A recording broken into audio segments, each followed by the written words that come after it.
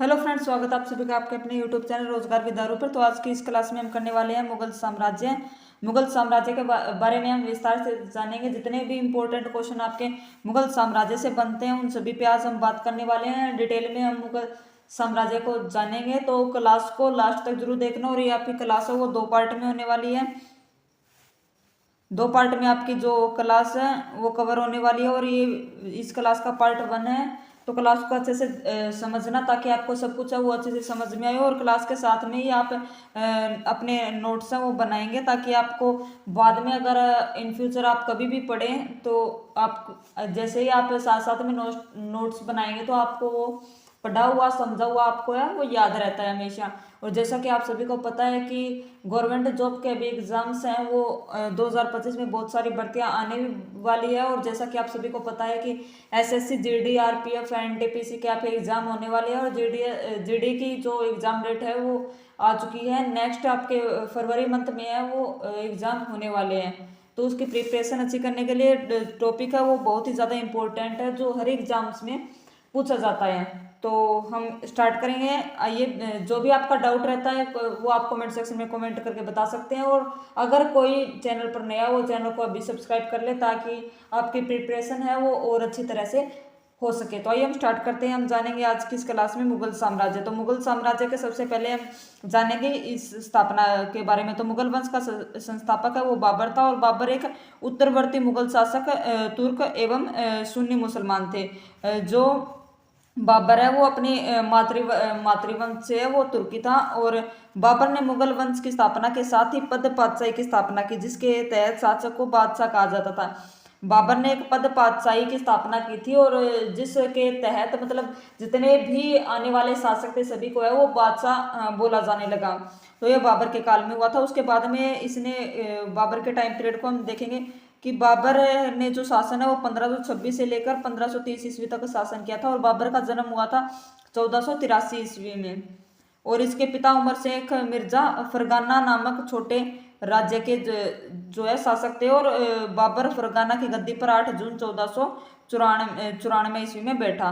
तो अकबर शासक बना था 8 जून 1494 को, और इसका जन्म हुआ था 1483 को, यानी कि बहुत ही कम उम्र में ये एक शासक बन गया। बाबर ने 1507 ईस्वी में बादशाह की उपाधि धारण की। बादशाह की उपाधि इसने धारण की 1507 में, और जन्म हुआ 1483 में, और सिंहासन पर बैठा 1494 में।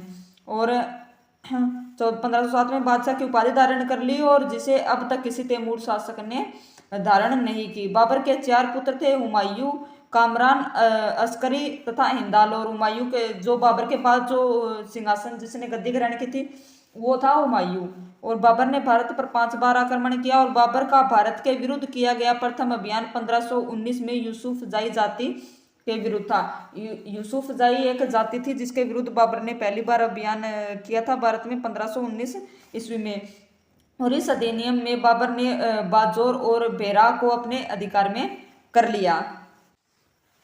पानीपत के प्रथम युद्ध में बाबर ने पहली बार तुगलम्मा युद्ध नीति और तोपखाने का प्रयोग किया था। तोपखाने और तुगलम्मा जो नीति थी उसका पहली बार बाबर ने प्रयोग किया था पानीपत के पहले युद्ध में, जो कि आपका 1526 में हुआ था इब्राहिम लोदी और बाबर के बीच में। वो हम आगे देखेंगे। उस्ताद अली और मुस्तफा बाबर के 2 प्रसिद्ध निशानेबाज थे जिसने पानीपत के युद्ध में भाग लिया था। उस्ताद अली और मुस्तफा था वो बाबर के जो प्रसिद्ध है वो निशानेबाज थे, और उन्होंने पानीपत के पहले युद्ध में बाबर के साथ है वो भाग लिया था। और इसके बाद में हम देखेंगे बाबर द्वारा लड़े गए प्रमुख युद्ध। जो पानीपत की पहली लड़ाई जो मैंने की बताई 21 अप्रैल 1526 को हुआ था, और हरियाणा के पानीपत में लड़ा गया। जो पानीपत है वो हरियाणा में आता है। हरियाणा के पानीपत में पानीपत का पहला युद्ध लड़ा गया 21 अप्रैल 1526 में। और इस युद्ध में बाबर की सेना ने दिल्ली के सुल्तान इब्राहिम लोदी की सेना को हराया। और इस युद्ध में बाबर ने पहली बार तुगलम्मा नीति का इस्तेमाल किया था, और तोपखाने का भी इसमें साथ में उपयोग किया था, जो कि करने वाला था सबसे पहले बाबर। और उसके बाद में बात करते हैं खानवा के युद्ध की। खानवा का युद्ध 17 मार्च 1527 को आगरा से 35 किलोमीटर दूर खानवा गांव, ये जो खानवा का युद्ध था वो खानवा एक गांव है जो आगरा से 35 किलोमीटर दूर है, वहां पे ये युद्ध लड़ा गया था। और इस युद्ध में बाबर ने मेवाड़ के राणा सांग को हराया था। और इस युद्ध में जीत के बाद बाबर को गाजी की उपाधि दी गई थी। उसके बाद में चंदेरी के युद्ध की बात करते हैं। ये युद्ध चंदेरी का युद्ध हुआ था 29 जनवरी 1528 को लड़ा गया था और इस युद्ध में बाबर ने मेदिनी राय को हराया था। उसके बाद में घाघरा का युद्ध आता है, जो कि बाबर ने कुल 4 युद्ध लड़े थे। पहला लड़ा था पानीपत का, दूसरा खानवा का, तीसरा चंदेरी का और चौथा युद्ध था वो घाघरा का युद्ध लड़ा था। और ये युद्ध 6 मई 1529 को लड़ा गया था और इस युद्ध में बाबर ने अफगानों के खिलाफ जीत हासिल की थी। बाबर को अपनी उदारता के लिए कलंदर की उपाधि दी गई और बाबर ने मुसलमानों को तमगा नामक कर से मुक्त कर दिया। तमगा नामक ये कर था जिससे बाबर ने मुसलमानों को मुक्त कर दिया। मुसलमानों का ये जो कर था। खानवा युद्ध में बाबर ने राणा सांगा के खिलाफ जिहाद का नारा दिया और युद्ध में विजय के बाद गाजी की उपाधि धारण की और 30 जनवरी 1528 को जहर दे देने के कारण राणा सांगा की वो मृत्यु हो गई। बाबर ने बंगाल के शासक नुसरत शाह के साथ 6 मई 1529 को एक दूसरे की प्रभुता का सामना करने का वादा करते हुए एक संधि की, जिसके अनुसार नुसरत शाह ने अफगान विद्रोहियों को शरण न देने का वचन दे दिया और ये करीब 48 वर्ष की आयु में 26 दिसंबर 1530 को आगरा में बाबर की मृत्यु हो गई। बाबर ने कुल 4 लड़ाइयाँ लड़ी। 1526 में पानीपत का पहला युद्ध लड़ा था। उसके बाद में 1528 में राणा सांगा को मरवा दिया था और 1530 में खुद की मृत्यु हो गई थी। और लगातार युद्ध है वो 4 लड़े थे बाबर ने। पहला 1526 में, दूसरा 1527 में और तीसरा 1528 में और चौथा युद्ध लड़ा था वो 1529 में लड़ा था और 1530 में बाबर की है वो मृत्यु हो गई थी। उसके बाद में प्रारंभ में बाबर के शव को आगरा के आरामबाग में दफनाया गया। बाद में काबुल में उसके द्वारा चुने गए स्थान पर दफना गया। पहले बाबर का शव था वो आरामबाग में दफनाया गया और उसके बाद में जो उसने काबुल में जो स्थान चुना था उसमें दफनाया गया। बाबर की मातृभाषा तुर्की थी, जैसा कि मैंने बताया मातृवंश से जो बाबर था वो तुर्की था और वो अरबी और फारसी का भी अच्छा ज्ञान है वो जानता था। और बाबर ने अपनी आत्मकथा बाबरनामा तुर्की में इसकी रचना की थी। बाबरनामा की जो रचना है वो बाबर ने की थी और जिसकी जो भाषा थी वो तुर्की थी और जिसका अनुवाद बाद में फारसी भाषा में अब्दुल रहीम खान खाना ने किया। उसके बाद में हम बात करेंगे हुमायूं की। बाबर के बाद आता है हुमायूं, जो कि इसका पुत्र था। हुमायूं ने 1530 से लेकर 1556 ईस्वी तक शासन किया और इसके बारे में जानेंगे। नसीरुद्दीन हुमायूं 29 दिसंबर 1530 को आगरा में 23 वर्ष की अवस्था में सिंहासन पर बैठा और गद्दी पर बैठने से पहले हुमायूं बदख्शा का सूबेदार था। अपने पिता के निर्देश के अनुसार हुमायूं ने अपने राज्य का बंटवारा अपने भाइयों में कर दिया और इसने कामरान को काबुल और कदार और मिर्जा को अस्करी को संबट और मिर्जा हिंदाल को अलवर और मेवाड़ की जागीरें है वो दी और अपने चचेरे भाई सुलेमान मिर्जा को हुमायूं ने बदख्शा प्रदेश दिया। और उसके बाद 1533 में हुमायूं ने दीन पनाह नामक एक नगर की स्थापना की और चौसा का युद्ध 25 जून 1539 ईस्वी में शेर खां और हुमायूं के बीच हुआ और इस युद्ध में शेर खां है वो विजयी रहा और हुमायूं है वो हार गया। और इसी युद्ध के बाद शेर खां ने शेरशाह की पदवी है वो धारण कर ली। और ब्यूग्राम या कनौज युद्ध 17 मई 1540 ईस्वी में शेर खां और हुमायूं के बीच हुआ। इनके बाद इन दोनों में फिर युद्ध हुआ। एक युद्ध में जो है वो हुमायूं है वो पराजित हो गया था और दूसरे युद्ध में फिर से है वो शेर खां विजयी हुआ और हुमायूं है फिर से पराजित हो गया। शेर खां ने आसानी से आगरा और दिल्ली पर है वो कब्जा कर लिया। और बिलग्राम युद्ध के बाद हुमायूं सिंध चला गया और उसने 15 वर्षों तक घुमक्कड़ों जैसे निर्वासित जीवन व्यतीत किया। और निर्वासन के समय हुमायूं ने हिंदाल के आध्यात्मिक गुरु फारसवासी सिया मीर बाबा दोस्त उर्फ मीर अली अकबर जामे की पुत्री हमीदा बानो बेगम से 29 अगस्त 1541 को निकाह कर लिया और कालांतर में हमीदा से ही अकबर जैसे महान सम्राट का जन्म हुआ। 1555 में हुमायूं ने पंजाब के सूरी शासक सिकंदर को पराजित कर पुनः दिल्ली गद्दी प्राप्त कर ली। अब हुमायूं ने पंजाब के सूरी शासक सिकंदर को फिर से 1555 में पराजित कर दिया और दिल्ली पर फिर से अधिकार है वो अपना कर लिया। और हुमायूं द्वारा लड़े गए 4 युद्धों का क्रम है। देवरा का युद्ध लड़ा था जो कि 1531 में था, और चौसा का लड़ा था 1539 में, और बिलग्राम का 1540 में, और सरहिंद का युद्ध लड़ा था 1555 में जिसमें वो विजयी रहा था, और बाकी के 3 जो युद्ध लड़े थे उसमें वो पराजित हुआ था। और 1 जनवरी 1556 ईस्वी को दीन पनाह भवन में स्थित पुस्तकालय शेर मंडल की सीढ़ियों से गिरने के कारण हुमायूं की मृत्यु हो गई। सीढ़ियों से गिरने के कारण हुमायूं की है वो मृत्यु हो गई थी 1556 में ही।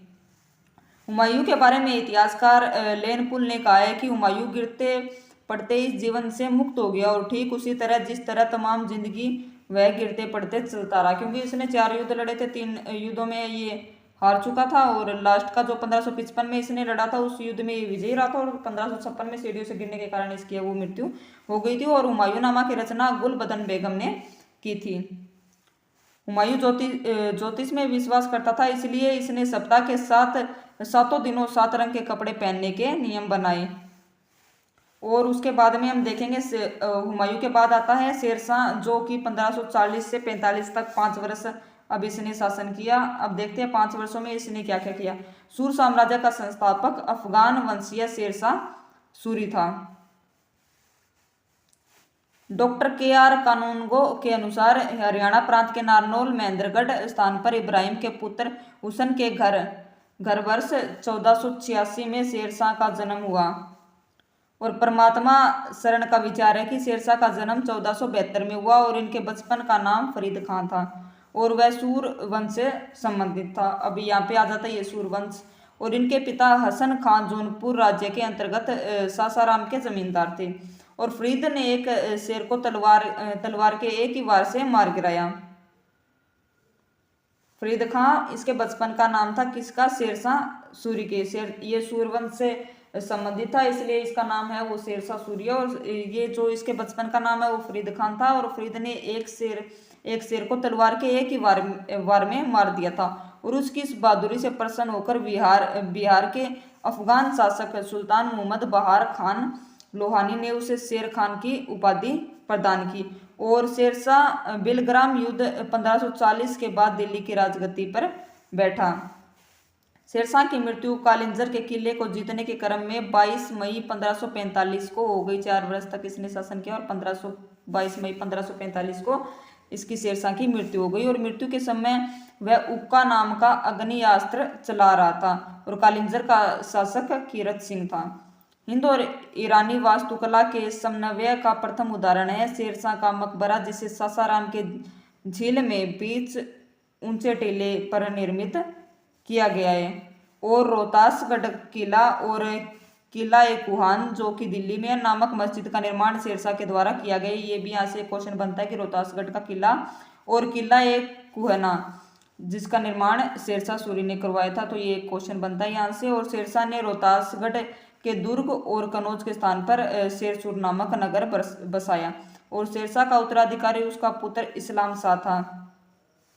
शेरशाह की भूमि की माप के लिए 32 अंक वाला सिकंदरी गज एवं सन की डंडी का प्रयोग किया, और शेरशाह के समय पैदावार का लगभग 1/3 भाग है वो सरकार लगान के रूप में वसूल करती थी। और शेरशाह ने सोने के सिक्के अशरफ और चांदी का रुपया 178 ग्रेन और तांबे का दाम 380 ग्रेन नामक सिक्के चलाए थे, और चांदी का रुपया सर्वप्रथम शेरशाह ने जारी किया। ये भी यहाँ से क्वेश्चन बनता है। और चांदी के रुपये तांबे के दाम का विनिमय अनुपात 1:64 था। और शेरशाह के समय तांबे के अन्य सिक्के थे अदौला, पावला, दमड़ी और जितल। और उसके बाद कबूलियत और प्रथा की शुरुआत शेरशाह ने की। ये भी यहाँ से क्वेश्चन बनता है। और शेरशाह ने 1541 में पाटलिपुत्र को पटना के नाम से पुनः स्थापित कर दिया, और इसने ग्रैंड ट्रंक रोड की मरम्मत करवाई, और डाक प्रथा का प्रचलन शेरशाह के द्वारा ही किया गया। और मलिक मोहम्मद जायसी शेरशाह के समकालीन थे। तो ये हमने यहाँ पे शेरशाह सूरी तक पढ़ा। उसके बाद में नेक्स्ट पार्ट में है वो मुगल वंश का जो भी है मुगल वंश कंप्लीट हो जाएगा। तो अगर वीडियो अच्छी लगे तो वीडियो को लाइक करें, और जो चैनल पर नहीं है वो भी चैनल को सब्सक्राइब कर ले, ताकि जो भी आपका जीके का और टोटली जो इम्पोर्टेंट टॉपिक्स है वो आपके कवर उसके टाइम रहते। और जो भी आपका डाउट है वो कमेंट सेक्शन में कमेंट कर सकते हैं। इतना ही था आज की इस क्लास में। मिलते हैं नेक्स्ट वीडियो में नेक्स्ट क्लास में, तब तक बने रहिए। जय हिंद, जय भारत।